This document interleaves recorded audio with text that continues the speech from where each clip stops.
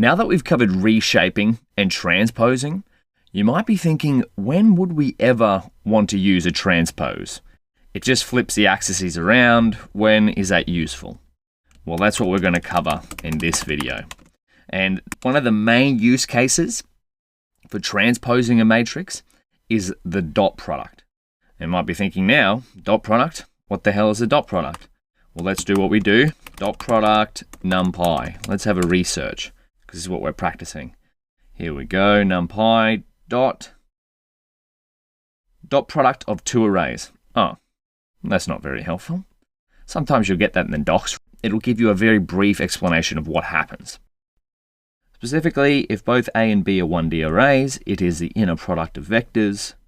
Okay, there's a few text instructions here of what dot product actually is, but let's focus on the code.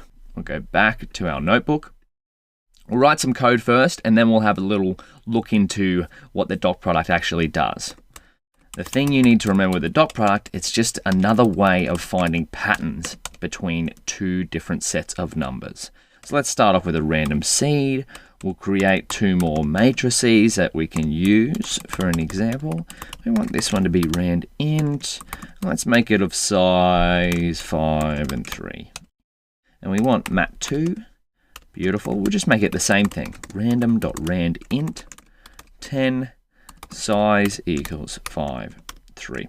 And now we've seen randint before. Do you know what these two lines of code will do? So let's have a look. As a reminder, we can do Shift-Tab. Return random integers from low to high. Beautiful. Let's see these in action. Mat1. Wonderful. Mat2.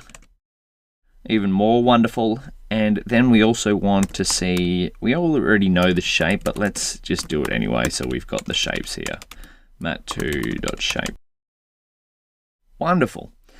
So in a previous video, we've seen a few different ways of performing arithmetic on matrices like this. One of the ways that we did was multiplication. So we go mat1 times mat2. Let's bring these down so we can see them, because I want to stay nice and zoomed in to keep the code big. There we go, mat1, mat2. Wonderful. This array down here is just going to be the combination of these two multiplied element-wise.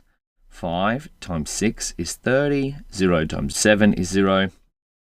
But this is, I said a little tricky word before, element-wise multiplication. There's a few different names for this, but it's mostly called element-wise. Hadamard product. That's how you spell it, I believe. Let's have a look. Hadamard product. NumPy. That's what we're after. How to get element-wise. Yeah, np.multiply, which is the same as using this little star symbol. So that's element-wise multiplication. Another form of multiplication or product between two matrices is the dot product. So let's have a look at that. Dot product. If we go back actually to our documentation, the formula for doing a dot product is np dot. You could use numpy dot, but we've imported numpy as np. So we're going to do np dot, we want to perform mat1, mat2, which is just our two matrices that we made. So let's run this. Oh, that didn't work. Damn it. Our value error, shapes 5, 3, 5, 3 not aligned. 3 dim 1 does not equal 5. Okay, we go back up to see the shapes of our matrices. They're both of shape 5, 3, 5, 3. And this is saying shapes 5, 3 and 5, 3 not aligned. Well, the difference between dot product and element-wise. So we've seen element-wise before. It's relatively simple. We've got A times E goes into this top left square. A times F. Oh no, sorry. B times F. I just said it's simple and here I am messing it up. B times F. But if we kept going through that, we'd eventually end up with this matrix. But the dot product is a little bit different. Now, we've got, say, a 3 by 3 matrix here, a 3 by 2 matrix here, and we're calling dot on this one with this one. And now, what is going on here? The resulting matrix is going to be 3 by 2. And we have A times J, okay, following along with that. But then we have B times L plus, okay. Then we have C times N. All right, so it's got the top row here multiplied by the first column and adding up the total. And now let's look at a little bit more of a colorful demonstration of the dot product. So here we've got the letters matrix. If we go back here, got the same one as here. Now we've got some color added. This is the top row of the matrix on the left multiplied by the column of the matrix on the right equals this top left square. And then if we kept going through, we would eventually get this resulting matrix here. But there's a couple of rules with a dot product. The numbers on the inside must match. So for a dot product to happen between two matrices, their dimensions, if you put them side by side, so this 3 matches this 3. So this matrix here has 3 rows, and so does this one. And now the resulting matrix is the size of the outside numbers. So the dimensions here are 3 by 2 of this resulting matrix, because the outside numbers of these two matrices are 3 and 2. Okay, so we've got that. For a dot product to happen, the inside numbers must match. Now let's have a look with some numbers that have actually been filled in. We've got 5, 0, 3, 4, 6, 8, and we're calling dot between this matrix and this one. So we've got 5, it's going to come over here, be multiplied by 4. That equals 20. Yep, we've got that. 5, 4. This is A times J. Now we've got 0 times 6. 0 times 6. This is B times L. Yep, we've got that. We're adding that up. Then we've got 3 times 8. This is C times N.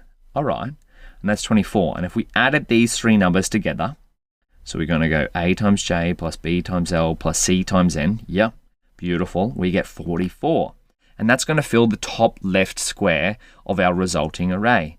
Now, if we went through these two matrices with numbers full and followed the same steps that we've got in this letters matrix, we would end up with something like this. But this is a static demonstration. So let's check out this little beautiful resource here, which is an interactive demo. So this is matrix multiplication.xyz.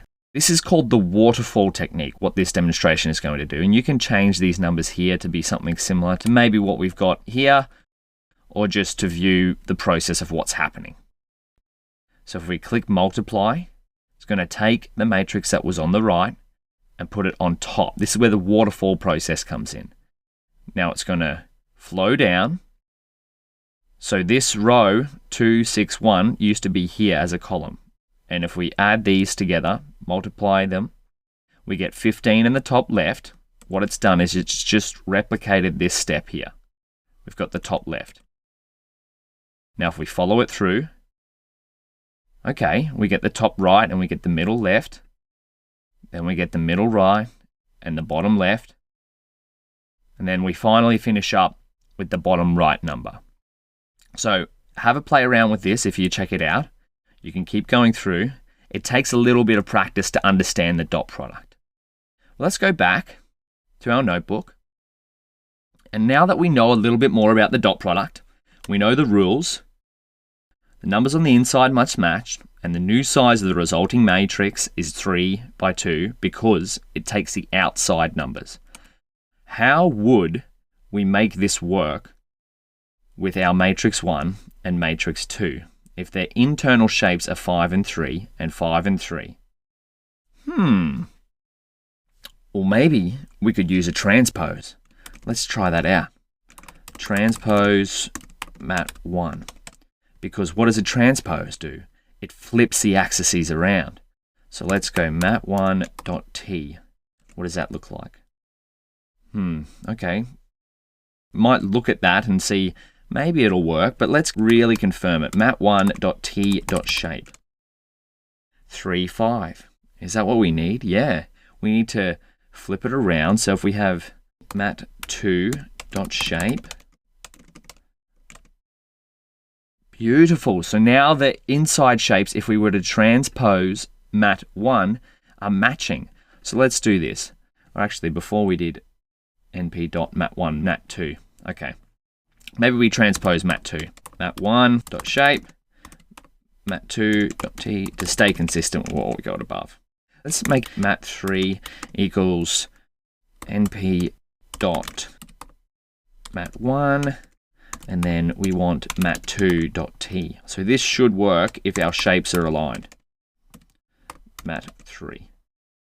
Beautiful. And now if we have mat3, what is the shape of mat3? Yes, excellent. So now we can see where the transpose might come into play.